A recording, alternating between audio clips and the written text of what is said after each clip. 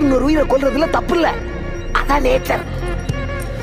அதனாலதான் கடவுள் ஒரு உயிர் கூடவா இன்னொரு உயிரை படைச்சிருக்கான். கொல்றது தப்புன்னா மாட்டுக்கு கொம்பையும் பாம்புக்கு விஷத்தையும் தேளுக்கு கொடுக்கையும் எது கொடுத்திருக்கான்?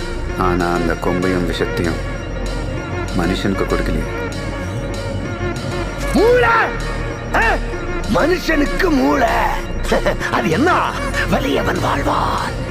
வீக்கானவன்களை ஒன்னா சேர்ந்து அவங்களை காப்பாத்திக்கிறதுக்காக கொண்டு வந்ததா சட்டம். மான கொண்டா தண்டனை, ஆட கொண்டா தண்டனை இல்ல. ஏன் மாடு குறைவா இருக்கு, ஆடு அதிகமா இருக்கு? அதிகமா இருக்கிறது ஆட்டோட தப்பா? இந்த உலகத்துல ஆடை விட அதிகமா மனுஷங்க இருக்கானுங்க. அவனுங்களை கொண்டா என்ன தப்பு? லட்ச வருஷத்துக்கு முன்னாடி ஒருத்தனை கொண்டு அவன் பொண்டாட்டியை தூக்கிட்டு ஓடனதுன்னா மிச்சம் எல்லாருக்கும் குகைக்குள்ள வாழணும்னு தோணுச்சு.